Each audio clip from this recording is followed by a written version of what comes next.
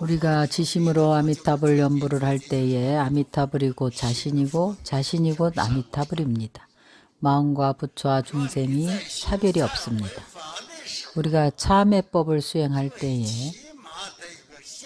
적어도 하등의 지심은 되어야 합니다.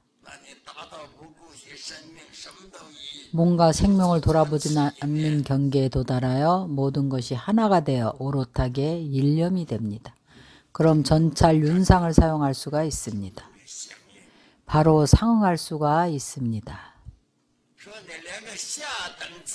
만약 하등의 지심조차도 없으면 날마다 점찰 참법절을 한다 하더라도 일주일 기도해 가지고는 효과가 없습니다. 적어도 지심에 도달해야 합니다. 우리가 평소에 자신이 일심불란하다고 말합니다.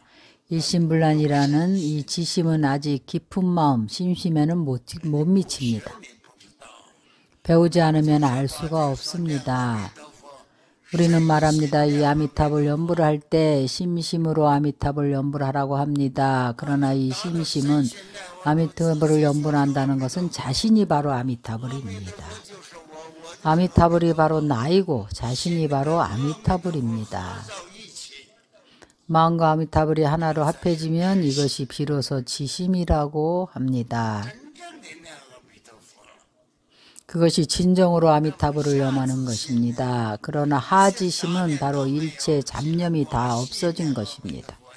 마음이 오릿하게 아미타불만 생각하고 아미타불 연불만 합니다. 단지 하지심에 불과합니다. 아미타불 연부를 하면서 자신의 몸과 마음을 돌아보지 않고 몸과 마음을 완전히 내려놓습니다. 이것이 두 번째 등급의 지심입니다.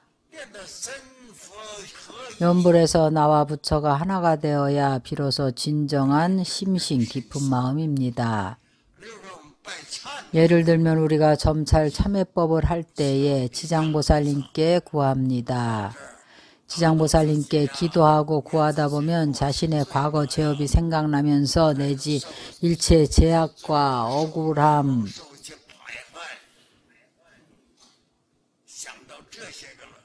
핍박받은 일 등등이 생각납니다. 지장보살님께 기도하고 구하면서 감흥이 있어서 대성통곡이 나옵니다.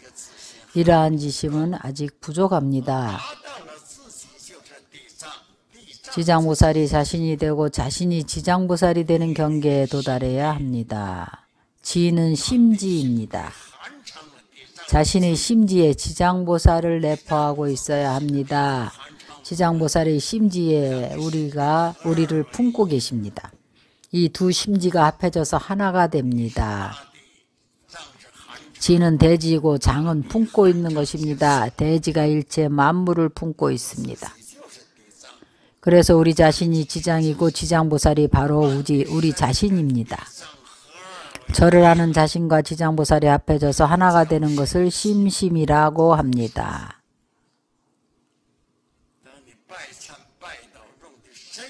심심으로 점찰 참법을 하면 점찰 윤상을 쓰면 윤상이 상응합니다. 그 정도 경계가 되면 점찰 윤상을 쓸 필요도 없습니다. 일체 모든 법을 꿈과 같고 환영, 이슬, 번개와 같이 보는데 점찰 윤상을 써서 무엇 하겠습니까? 쓸 필요가 없습니다.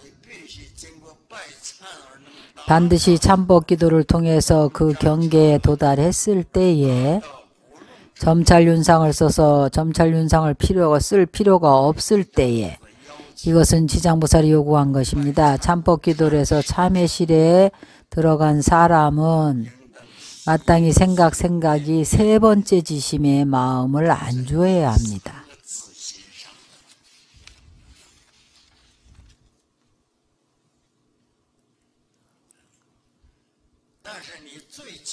그러나 적어도 마음이 분명하게 안주해야 합니다. 첫 번째 지심은 반드시 얻어야 합니다. 참법 기도를 할 때 한 글자 한 구절 분명하게 읽어야 합니다.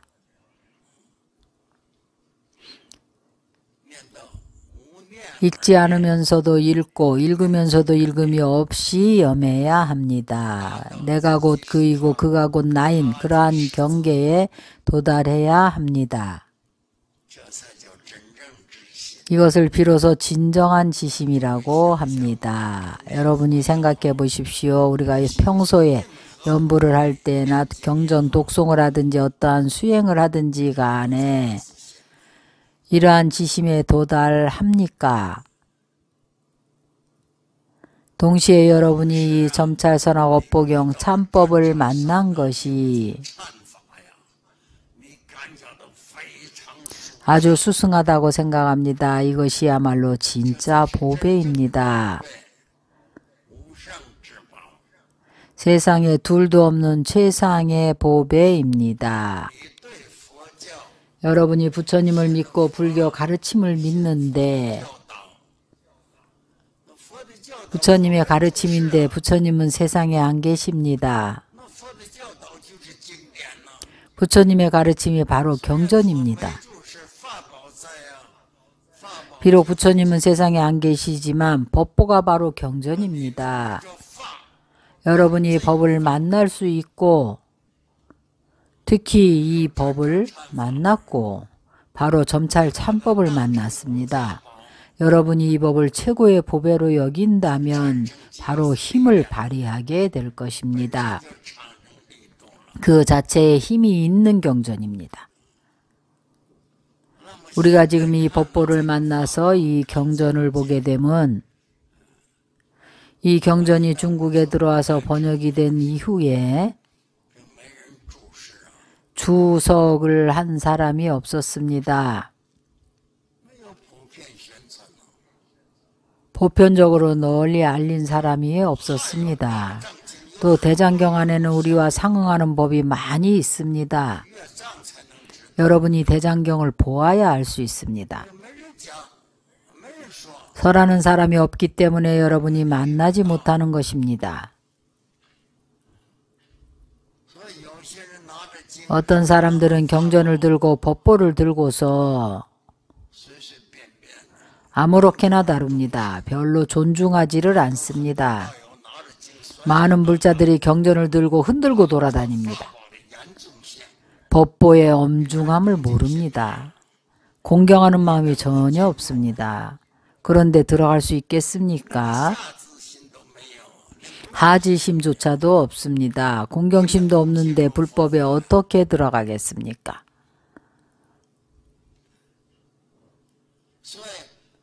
그래서 우리 법우들이 아주 힘들게 와서 경전을 듣지만 차마 여러분들이 지심이 없다고 말을 못하겠습니다. 그러나 내가 느끼기에는 여러분들 지심이 모자릅니다.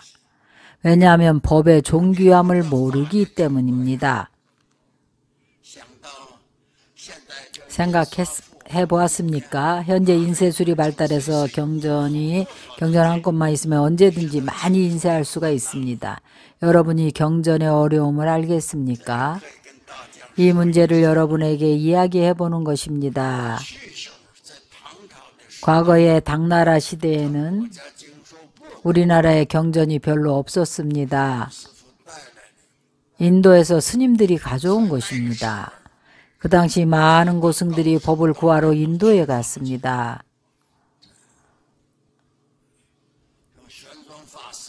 현장법사와 의정 삼장법사, 법편법사 이분들은 일반적으로 알려진 성공하신 분들입니다. 성공하고 돌아오면서 많은 경전을 가져오셨습니다. 그리고 많은 경전을 번역하셨습니다. 어떤 사람은 가다가 도중에 죽은 이도 있습니다. 그곳에 갔다 와서는 별다른 성취도 없고 경전을 별로 배우지도 못한 이도 있습니다. 이런 사람들이 아주 많습니다. 100여 명이 가도 돌아오는 사람은 10명도 안 되었습니다. 그 당시 경전을 모셔오기가 아주 어려웠습니다. 장안에서부터 출발해서 몇 년을 걸려서 인도에 도착합니다. 지금 우리가 비행기 타면 3시간이면 바로 도착합니다. 도착을 하긴 했지만 경전은 없습니다. 지금 인도에 가서 경전을 찾느니 중국에서 경전을 찾는 게 낫습니다. 일본, 중국에서 찾는 게 낫습니다. 인도에는 없습니다. 이미 끊어졌습니다. 그 당시 경전을 모셔오기가 얼마나 어려웠는가 하면 간단하게 여러분에게 소개를 하겠습니다. 의정 삼장법사가 쓰신 시 한 수가 있습니다. 그는 전적으로 경전을 모셔오기가 얼마나 어려웠는가에 대해 말씀하셨습니다. 진송, 제양, 당나라 사이에 진나라부터 시작해서 당나라까지 이 시기에 많은 대덕들이 국내에 경전이 없다고 느꼈습니다. 배우고자 하나 경전이 없었습니다. 그래서 인도에 경전을 구하러 갔습니다. 고승구법 이상한 많은 분들이 발심해서 인도에 경전을 구하러 갔습니다. 거인 성배 귀무십이라 100명이 갔으나 10명도 돌아오지 못했습니다. 그리고 10명이 돌아와서도 번역을 할 수가 있었겠습니까? 또 번역을 한다 해도 중생들의 원을 만족시킬 수는 있었을까요? 그래서 의정 삼장법사가 탄식을 한 겁니다. 진송제양 당나라 사이에서 고승들이 법을 구하러 장안을 떠났네. 100명이 가도 돌아온 이는 10명도 안 된다네. 훗날 불자들이 어찌 선현들의 어려움을 알리요. 훗날에 이 현자들이 불자들이 이 불경을 보면서 이 부처님 경전이 어떻게 전해온 건지 알 수 있을까요? 대덕들이 경전을 모셔오는 과정이 얼마나 어려웠는가를 그들이 알까요?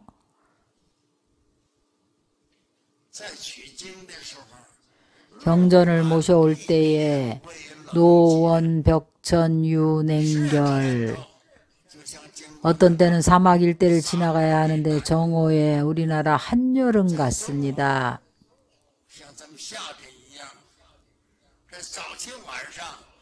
새벽과 밤중에는 한겨울보다 더 춥습니다. 그래서 길은 멀고 하늘은 푸른데 오직 냉기만 사무친다라고 한 것입니다. 걸어서 그곳에 도착하면 그 당시 모래바람이 아주 대단했습니다. 그 모래가 바람에 날려서 태양조차도 가려버렸습니다. 사하 차일 역피단이라 몸에 전혀 힘이 없어져 버립니다. 바로 힘이 다 빠져버린 상태인 것입니다. 이렇게 가다가 도중에 죽은 사람도 있습니다. 많습니다.